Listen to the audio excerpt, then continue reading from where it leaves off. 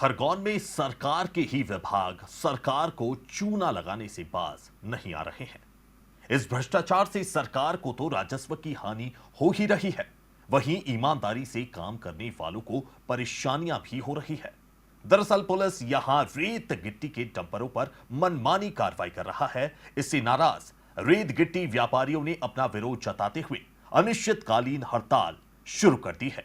वहीं इन सभी ने एक ज्ञापन भी सौंपा है, जिसमें पुलिस और प्रशासन के कुछ अधिकारियों पर एक्शन लेने की मांग की गई है। खरगोन में पुलिस अधीक्षक के संरक्षण में चल रहा भ्रष्टाचार का बड़ा खेल। कानून के रखवाले ही उड़ा रहे हैं कानून का मामला। साहब की जेब गर्म नहीं होने पर करते हैं कार्रवाई। पुलिस कप्तान के खिलाड़ी कर रहे अवैध वसूली। अवैध वसूली से तंग आकर व्यापारियों ने की हड़ताल। खरगोन एक बार फिर से सुर्खियों में है। दरअसल खरगोन में पुलिस प्रशासन के वरिष्ठ अधिकारियों ने ऐसा जाल बिछाकर रखा है कि यहां पर ईमानदारी से काम करने वालों को परेशानियों का सामना करना पड़ता है। खरगोन जिले के रेत ठेकेदार अब पुलिस की मनमानियों से त्रस्त हो गए हैं। आलम यह है कि ठेकेदारों ने मनमानियों से परेशान होकर ठेका सरेंडर कर दिया है। पुलिस के ज्यादतियों से आहत रेत गिट्टी व्यापारियों ने कलेक्टर कार्यालय के बाहर धरना दिया। जब ये अपनी बात कहने के लिए कलेक्टर कार्यालय पहुंचे तो यहाँ मौजूद एसडीएम साहब बजाय समस्या का समाधान करने के कानून का पाठ पढ़ाने लगे। उन्हें अचानक धारा 144 याद आ गई। उन्हें अचानक संविधान याद आ गया। इसके बावजूद पुलिस के ज्यादतियों से त्रस्त रेत गिट्टी व्यापारियों ने अपनी बात रखने का प्रयास किया। आप खुद ही देख लीजिए कि किस तरह से एसडीएम साहब विधि का पालन करने का ज्ञान बांट रहे हैं। कलेक्टर ऑफिस से धर्म ज्ञापन देने आए, शांतिपूर्वक क्या है? अनुमति कहाँ है? हमने कौन सा अपराध किया? हमारे बात रखने का संविधान में है ना, अधिकार है कि नहीं है? हमको 144 को उल्लंघन का अधिकार आपको नहीं है। प्रशासन अपने मनमानी चला रहा है सर। जब जरूरत होती है, जब भीड़ नहीं आने देते, और जब ऐसे सब भीड़ आती है लिख के दे दो, तब मालूम है सर हमको। आप जो बोलना है ये चीजें सब चीज मैं आपको बोल रहा हूँ। मैं आपसे हम भी बोल रहे हैं, ऑन द रिकॉर्ड बोल रहे हैं सब सामने के। वही कर रहा है बराबर गाड़ियों पे। आप कहाँ थे सर एसडीएम साहब? आप कहाँ थे जब? तो आपने क्यों नहीं विरोध किया पुलिस प्रशासन की कार्रवाई? आप मुझे बताइए, आपने कौन सा विरोध किया पुलिस प्रशासन की कार्रवाई का? मालिक कौन बनना चाह रहा है प्रशासन ये भी बताएं। रेत गिट्टी के व्यापार से जुड़े मजदूर, मशीन के ऑपरेटर, गाड़ियों के ड्राइवर, वाहन के मालिक, गिट्टी क्रेशर के मालिक, रेत खदान से जुड़े मालिक, कर्मचारी, अन्य हजारों परिवार के साथ खनिज के राजस्व को भी करोड़ों रुपए की। एसडीएम ओम नारायण ने बताया कि कलेक्टर कार्यालय में धारा 144 लागू है। इसके बावजूद सभी की बात को सुना गया है और इसे आगे तक पहुंचाया भी जाएगा। नहीं, मुझे अभी नॉलेज में नहीं है। मुझे तो ये सूचना मिली थी कि हमारे यहाँ 144 लागू है कलेक्ट्रेट में। वहाँ पर एक टेंट लगा के बहुत सारे लोग धरने पे बैठे हैं। जो 144 का उल्लंघन है और भी संवैधानिक या विधि का उल्लंघन है, तो मैं इसको चेक करने के लिए मेरे एग्जीक्यूटिव मजिस्ट्रेट, नायब तहसीलदार और पुलिस के साथ पूछने आया था। फिर उनसे मैंने यही पूछा कि आप बताइए आपको किस की अनुमति के साथ यहाँ पर ये एक्टिविटी कर रहे हैं, क्योंकि हर एक की अनुमति होती है और मैं एसडीएम हूँ, तो मेरी ड्यूटी है कि इन सब चीज़ की अनुमति दे के विधिवत संवैधानिक प्रावधानों के अनुसार करना है। फिर वो लोग एक्टिव होकर के यहाँ तक आए हैं। अब वो अभी देखते हैं उनने अब किसकी अनुमति ली, क्या है ये विषय। तो उन्होंने मुझे ज्ञापन दिया है। जो ज्ञापन में तथ्य दिए गए हैं उसे माइनिंग अधिकारी या विधि के अनुसार परीक्षण करेंगे और ऊपर ज्ञापन भेजेंगे।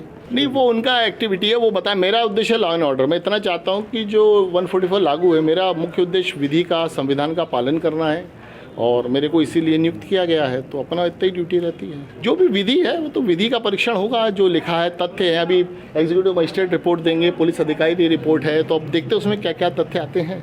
जो भी नियम प्रावधान है अपन उसको दिखवाते हैं। हाँ, अभी वो जब तक है। और वैसे भी एग्जीक्यूटिव मजिस्ट्रेट खुद, अब एसडीएम खड़ा अनुमति देने, हम तो यही पूछा मैंने आते से कि आपको किसने अनुमति दी, क्योंकि मैं खुद एसडीएम हूँ, मुझे मालूम की अनुमति है, तो आप मुझे दें भाई।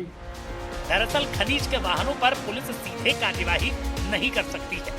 राजपत्र दिनांक 8 अप्रैल 2022 प्रकाशित राजपत्र में भी इसका स्पष्ट उल्लेख है। इसके बावजूद पुलिस आईपीसी की धारा 379 के तहत कार्रवाई करते हुए केस दर्ज कर रही है। इससे स्पष्ट होता है कि इस उल्लंघन और खेल में पुलिस अधीक्षक धर्मवीर सिंह भी शामिल है। आखिर वो किसे फायदा पहुंचा रहे हैं, ये समझ से परे है। पुलिस की इस हरकत से राज्य शासन को राजस्व का नुकसान हो रहा है। रेत गिट्टी व्यापारियों ने डीआईजी कार्यालय में भी ज्ञापन सौंपा और अपनी समस्याओं से अवगत करा। ये व्यापारी भाजपा कार्यालय भी पहुंचे और जिला अध्यक्ष राजेंद्र राठौर को पुलिस प्रशासन की मनमानी के बारे में बताया। जिला अध्यक्ष राजेंद्र राठौर ने इस पूरे मामले को जिले के प्रभारी मंत्री कमल पटेल के सामने रखकर उचित समाधान का आश्वासन दिया है। खरगोन के जितने खदान व्यवसायी हैं, जो सारे लोग आज भाजपा कार्यालय पर आए और उनके द्वारा जो विषय मुझे बताया गया है, मैं माननीय प्रभारी मंत्री के माध्यम से शासन प्रशासन से बातचीत करने हेतु बात करूंगा कि जिस प्रकार से इन्होंने विषय को रखा है और उसके अंदर अगर वेद हैं और उसके बाद भी अगर किसी प्रकार की कोई कार्रवाई हो रही है तो उससे शासन प्रशासन से बात की जाएगी। साथ ही जो ओवरलोड वाला विषय है, ये अभी आप सबके जानकारी में एक बहुत बड़ी दुखद घटना हुई है। व्यवसाय करने वालों के वाहनों पे भी कोई ना कोई वाहन चालक होता है, उसका परिवार होता है। अगर किसी प्रकार की कोई घटना होती तो उस परिवार को भी दुख का सामना करना पड़े।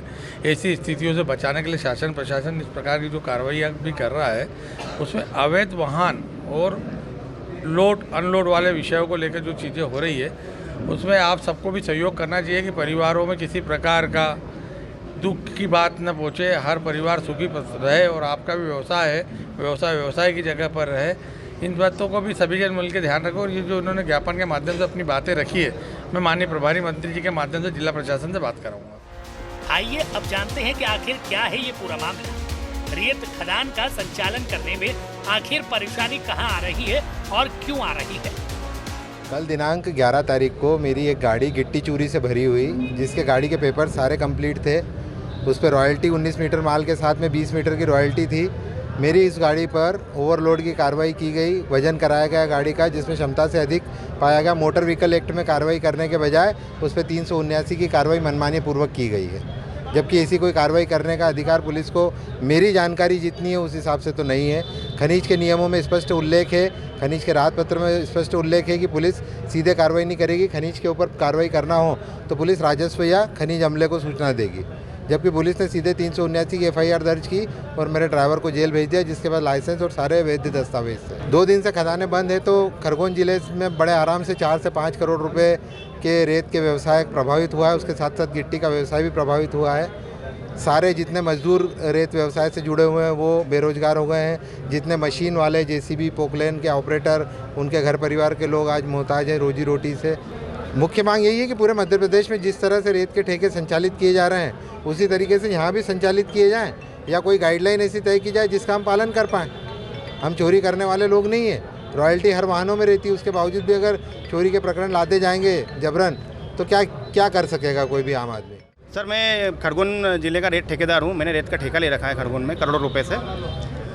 पिछले 3-4 महीने से हम लीगल रॉयल्टी काट के विधिवत काम कर रहे हैं, पर पिछले 2-3 महीने से पुलिस वाले हमको इतना परेशान कर रहे हैं। हमारी रेत की गाड़ियों को जिस पे रॉयल्टी होती है उसको जबरन रोक के कार्रवाई करते हैं। उन पे 379 जो कि गजट नोटिफिकेशन में भी है कि रॉयल्टी वाली गाड़ी को आप 379 का केस नहीं बना सकते। उसके बावजूद वो मनमानी करके केस बना रहे हैं। आज ऐसी स्थिति पैदा हो गई है कि हमारे सामने और मेरे जितने भी साथी हैं, कम से कम हज़ारों मजदूर, हज़ारों कर्मचारी, हज़ारों लोगों के सामने रोजी रोटी का संकट खड़ा हो गया है। SDM साहब से हमने सिर्फ ये बोला है कि साहब हम तो एक शांतिप्रिय तरीके से हमारी बात रखने आए हैं, पर चूंकि मामला पुलिस प्रशासन से जुड़ा हुआ है, तो वो लोग नहीं चाहते कि हमारा कोई भी आंदोलन आए, और वो लोग चाहते हैं कि आंदोलन को वहीं कूच दिया जाए।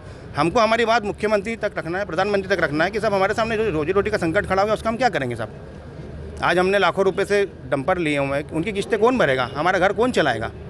और राजस्व देने के बावजूद भी परेशान किया जा रहा है। इसके पहले 2 साल पहले कोई ठेके नहीं थे, बढ़िया खदानें चल रही थी अवैध रूप से। जब पुलिस क्यों नहीं पकड़ती उनको, मतलब अवैध जो करे उसको नहीं पकड़ना है, और जो वेद करे, जो रॉयल्टी दे के काम करे उसको पकड़ना है। हमने अभी तो ये करा है कि हमारा जो ठेका है, करोड़ों रुपए में जो ठेका ले रखा है, राजस्व दे रखा है गवर्नमेंट को, हमने इन पुलिस वालों की मनमानी के कारण अभी तो हमने खदानें बंद कर दी है। अगर आज हमने मुख्यमंत्री महोदय के नाम पे ज्ञापन दिया है, अगर हमारी सुनवाई नहीं होती है तो हम मजदूरों के साथ, क्योंकि एक एक व्यक्ति के पास में 100 मजदूर हैं जो खदानों में काम करते हैं, कम से कम हज़ारों की संख्या में मुख्यमंत्री आवास का घेराव करेंगे। मामला ये है कि ओवरलोड पे कार्रवाई होना थी। अभी जो बस गिरी है उसमें जो सारे लोग दिवंगत हुए हैं उनके लिए हमें खेद है, लेकिन उस सिलसिले में दूसरी गाड़ियों पे कार्रवाई होना ये अनुचित है। पुलिस ओवरलोड का प्रकरण बना के 379 धारा लगा रही है, जो कि रॉयल्टी होने के बाद भी माल को चोरी का बता के ड्राइवर और मालिक को जेल भेज रहे हैं। तो उसके विरोध में हमने ये ज्ञापन सौंपा था आज। ज्ञापन में हमारे पूरे जिले के व्यापारी मजदूर सारे लोग इकट्ठे हुए हैं।